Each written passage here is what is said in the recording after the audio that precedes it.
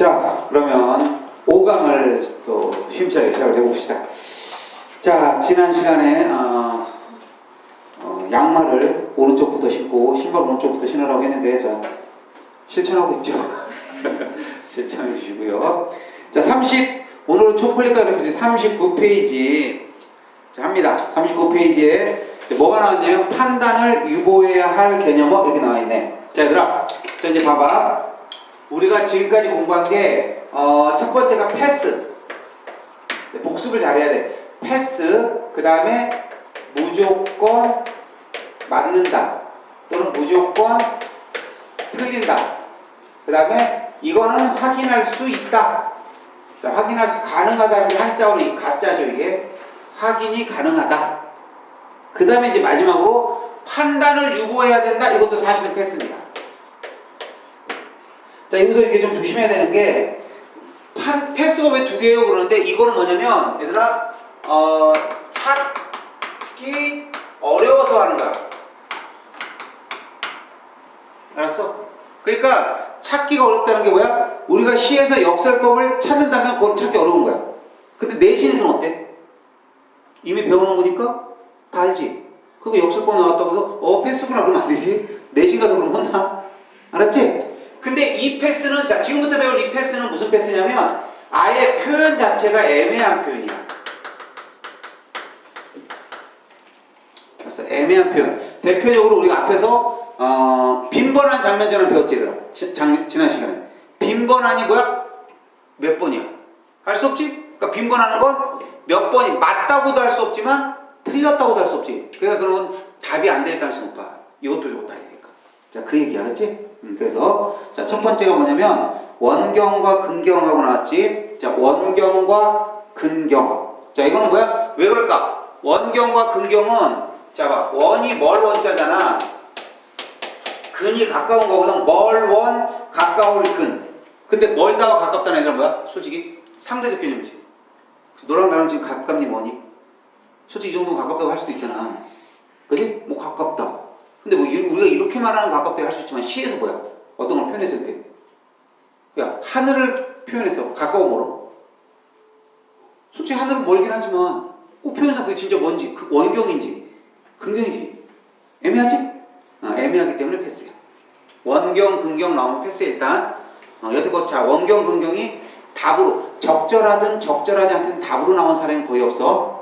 그 다음에 점층적 강조가 사실 선생님 책에서는 좀 어렵게 설명이 돼 있어. 그래서 이건 조금 너네가 설명을 드릴 필요가 있는데, 그 사전적 의미부터 봐. 점층적이란 말에서 그 사전적 의미 보면 점층적 하고 나왔지. 즉 그 정도를 점점 강하게, 크게, 높게지. 그러니까 얘들아, 어떤 정도를 점점 강하게, 크게, 높게야. 근데 점층법을 봐봐. 점층법은 수사법이야. 즉 문학에서 나오는 수사법의 한 가지거든. 즉 어구를 점점, 형 한번 쳐봐. 점점 겹쳐 써서, 형 한번 쳐봐. 잘 봐, 얘들아. 여기서 이 점층적이라는 말과 점층법이라는 말이, 자, 얘는 그 정도야. 정도를 크게, 강하게, 뭐 이런 거잖아. 크게, 강하게, 높게. 근데 점층법은 분명히 겹치어 쓰는 게 있어야 돼. 이게 달라. 근데 왜 중요하냐? 거기 들어봐. 얘들아, 크고 강하고 높은 건 아까도 해봤지만 어떤 X라는 시어가 사용됐지. 그럼 점점 표현이 수식어가 붙었지. 붙으면 붙을수록 어때, 얘들아? 그 내용들은 점점 커지거나 강해지거나 높아진다. 그래서 사실 점층적이라는 건 거의 모든 시에 해당해. 이해돼? 근데 점층법은 얘들아, 거기도 써있어. 자, 페이지 39페이지 참고해. 39페이지, 자, 초폴리카 연애편지 39페이지를 보면 김수영의 눈이라는 시가 있지. 근데 봐봐. 눈은 살아있다, 눈은 살아있다, 눈은 살아있다 겹쳐 써있지. 반복되고 있잖아. 그러면서 떨어진, 마당 위에 떨어진, 이렇게 뭐야? 하나하나 더 붙었지. 그 다음에 오른쪽 봐. 환영운의 임해치목을 보면 님은 같습니다, 살았습니다. 간게 반복되고 있지. 겹쳐 쉬고 있지. 자, 이런 식으로 봐봐. 겹쳐 써 있는 거, 이것만이 점층법이야. 점층법이야. 이건 뭐야 얘들아? 아까도 말했지만 모든 시에 있고 이건 뭐야? 일부 시에만 있겠지. 그럼 선생님 헷갈릴 게 뭐 있어요? 그러는데 문제는 출제진이야. 그러니까 지금 문제, 국어 문제를 내는 출제진이 지금 이 사실을 알고 있어야 되거든? 근데 문제집 보면 가끔 뭐야? 이걸 모르는 것 같아. 그래서 점층적 구조 그려놓고 점층법으로 쓰거나 어떨 때 점층 구조. 그러니까 이게 문제. 점층법이라고 쓰면 아무 문제가 없거든? 점층법은 이거잖아. 그러니까 우리가 헷갈리는 건 뭐냐면 점층적 구조야. 즉 점층적 구조라는 말을 썼을 때, 문제에서 썼을 때 얘들아 이거를 이 사람들은 점층적으로 쓴 건지 또는 뭐야? 점층법으로 썼는지 우리가 이 사람이 어떤 걸 썼는지를 몰라. 안타깝지만. 그러니까 다시 한번 점층법은 괜찮지. 왜? 어떤 건지 확실하니까. 근데 이 사람들은 점층적 구조 그려놓고 나서 문제 풀고 나서 아 점층적 구조니까 점층적이니까 모두 맞아 그랬거든? 그때 틀렸대. 점층법이 없어서. 그 이런 식이야. 알았지? 그러니까 너희들이 이거를 감안해서 점층적 구조 이런 말이 나오면 알아서 잘 봐. 점층적 구조하고 나왔어. 근데 점층법이 있어. 얘들아 이게 있으면 어때? 무조건 참이지. 당연히 점층법이 있으면 이거 무조건 맞는 거잖아. 근데 점층적 구조 그랬어. 근데 점층법이 없어. 자 봐봐. 점층법이 있는데 자 점층법이 없는 시가 나왔어. 자 점층법이 나왔으면 아주 간단해. 무조건 맞아. 근데 점층법이 없는 시가 나왔어? 그럼 뭐야 이거는? 참일 수도 있고 거짓일 수도 있어. 이 말이지? 솔직히 안 되지? 안 되지? 안 돼. 빨리 안 된다 그랬어 새끼야. 이해돼 안 돼? 안 되지? 그거 봐. 그러니까 잘 잡아. 그러니까 니네 솔직히 이해 안 되면 그냥 웃고만 있지 말고 야 적응 좀 나서라 좀. 니네 원래도 그렇다는 건 아는데 선생님 그거 무슨 말이에요? 야 그러면 솔직히로 40분 찍고는 있지만 우리가 꼭 수업을 진행할 필요 뭐 있어. 40분 동안 점점법 갖고 놀면 되지. 알았어? 니네가 하나라도 아는 게 중요해. 알았지? 자 이게 무슨 말이냐면 잘 봐. 이 시가 김수영의 눈이야. 자, 이 사례가 눈이야. 그럼 점층법이 있니 없니?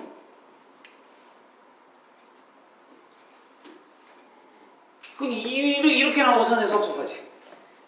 여기서 요건 대답해줘야지. 점층법이 있어 없어 눈은? 김수영의 눈은? 거봐 이거 큰일 났다. 내 이런 스타일이 아닌데 이게 하나하나 검증을 좀 하면서 갔어야 되는데 지금 막 혼자 떠들고 하는데 야 서식 이거 내가 지은 책이잖니? 이 책 내가 지은 책이지? 그치? 그럼 나 혼자 이거 짓거리면 너네가 이해 안 되면 이게 의미가 없지. 왜? 니네 이해 없이 혼자 짓거리면 내가 얘기하고 나 혼자 들은 거잖아. 그거 얼마나 슬프냐. 내가 쓴 거 내가 얘기하고 나 혼자 이해해. 그렇지 않아요. 선생님의 강점이 그게 안 돼.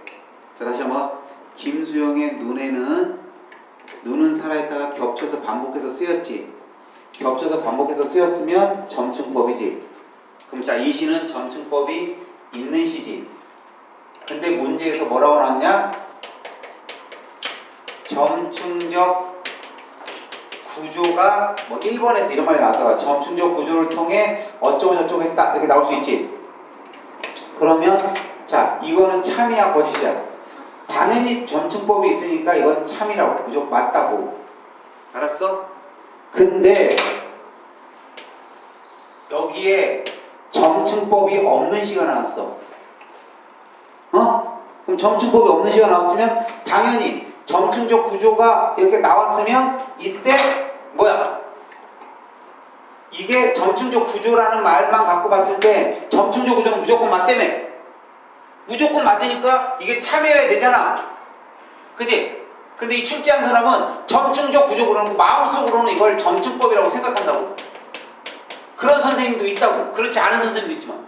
그럼 이 선생님은 이걸 점층법이라고 생각한 사람은 자 점층 구조 했지. 이걸 점층법이라고 생각한 사람은 이 시에서 참이지. 근데 이거에서 참이야 거짓이야? 점층법이 없으니까 거짓이라고 생각하고 문제의 답을 내겠지. 이해돼요? 다치셔도 돼. 근데 자 봐봐. 이 사람이 점층법이라고 생각했으면 이건 참이 아니라 거짓일 거 아니니? 근데 또 어떤 선생님은 그냥 점층적 구조로 그냥 점층적 구조로 생각했어. 됐지? 자 이걸로 생각했어. 그럼 이 말은 참이지. 이것도 참이지. 그거 봐. 이 선생은 우리가 알 수가 없어. 이래? 그래서 앞으로 점층적 구조라는 말이 나왔어. 그럼 무조건 뭐 한다고? 패스하라. 패스하라. 알겠니? 이제 잘 들어보면 돼. 근데 얘들아, 언제는 패스가 안 되는데 사실 점층법이 있으면 패스가 아니지? 얘가 있을 때는 참, 점층법이 없으면 패스. 이렇게 되는 거야, 결국에.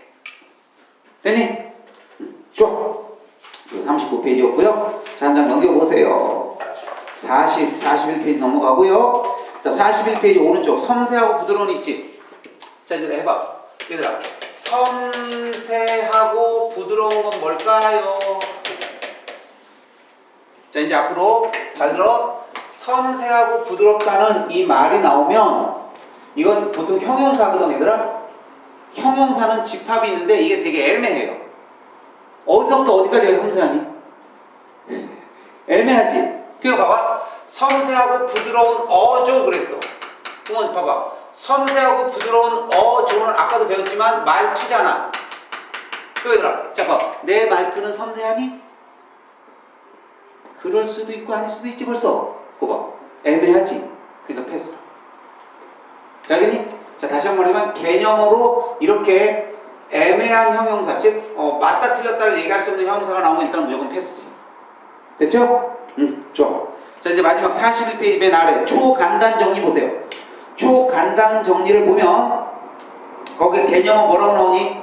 원경, 근경, 상대적 의미라고 했지? 애매하다고요. 점층법과 점층적 강조는 왜? 어떤 의미로 사용됐는지 모르니까 패스. 섬세하고 부드러운 건 사람마다 다르니까 패스. 그 다음에 천문연상, 자연의 선이 빨간색 동그랗게 봐. 이게 또 재밌어.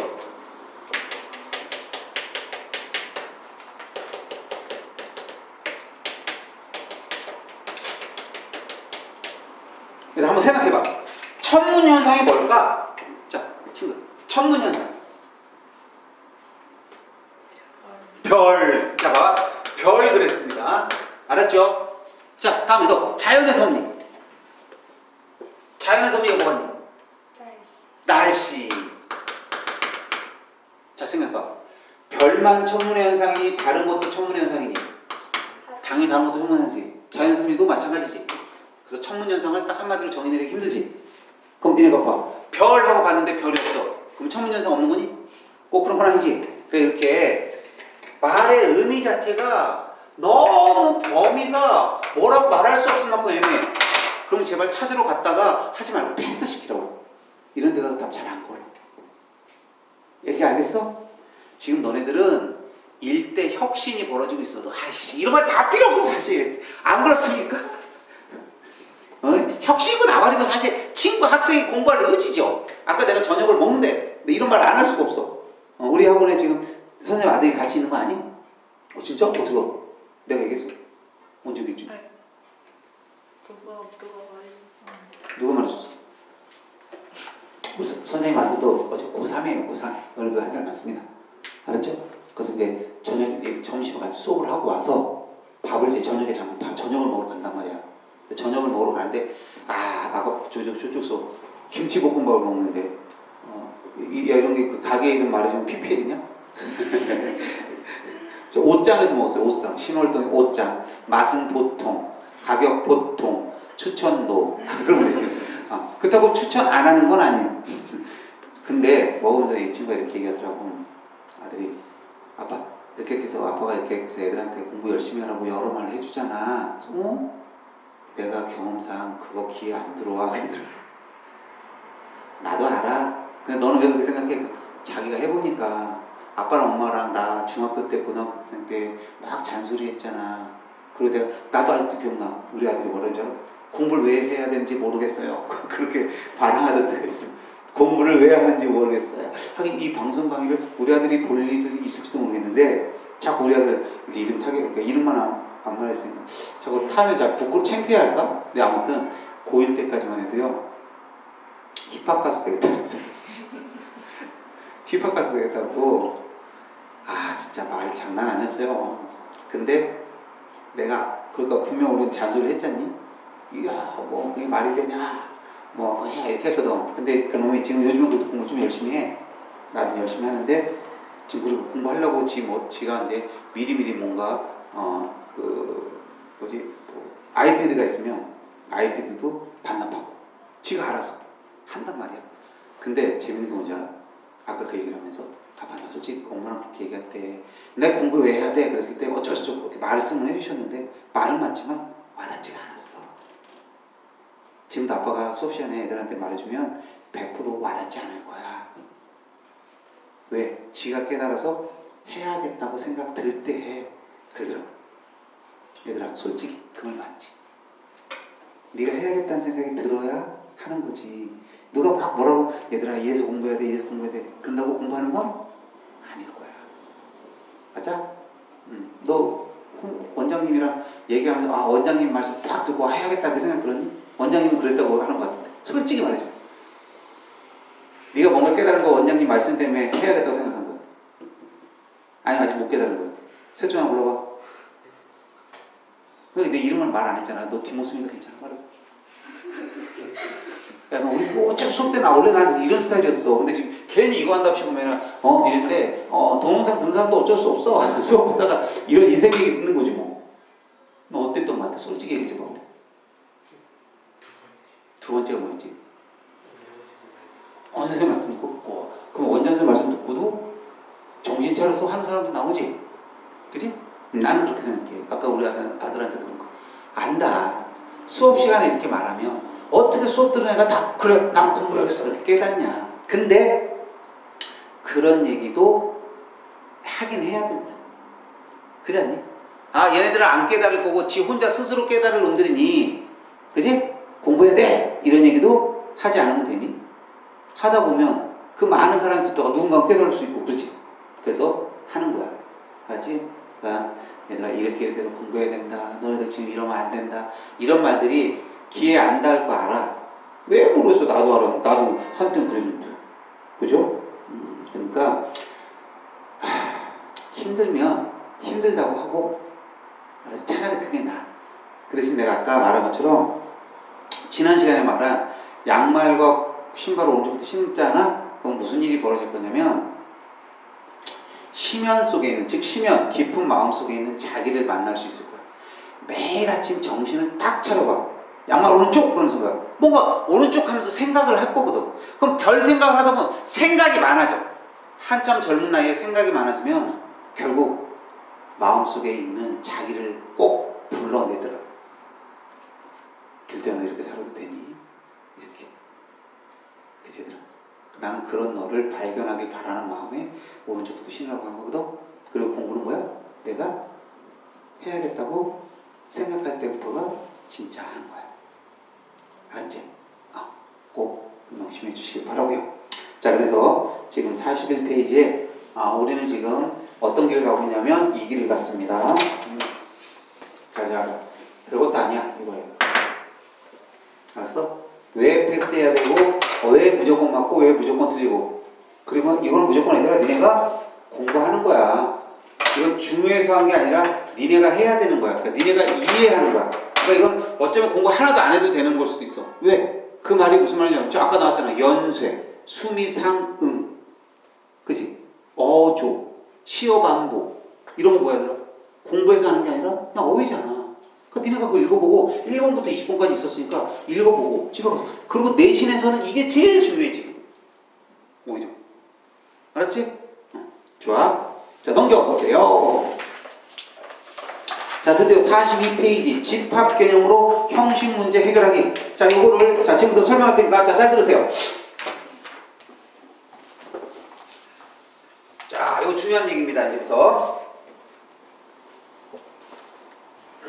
자, 우리는 이제 선택지, 형식 문제 또는 개념어 문제라고 하는데 제일 중요한 얘기 할 거야, 이제부터. 결국 형식 문제를 우리는 어떻게 풀 거냐? 형식 문제의 선택지는 항상 두 개의 문장으로 이루어진다가 기본입니다. 이게 무슨 말입니까? 두 개의 문장. 즉 보통 여기에서 근거를 가지고 여기서 주장을 합니다. 가장 흔한 거죠. 즉 이게 무슨 말이냐? 자, 그냥 보면서 들으면 돼요. 책에 다 써있어. 즉 무슨 말이냐? 서리법을 사용하여 화자의 가치관을 강조하고 있다. 이런 식이야. 이런 말 많이 들어봤지? 무엇을 하여 무엇을 한다. 이런 식의 두 개의 문장으로 이루어지는 걸 기본으로 한다. 왜? 이게 언어 활용법이기 때문에 그래. 생각해봐. 근거만 가지고 문제를 내려면 낼 수 있어.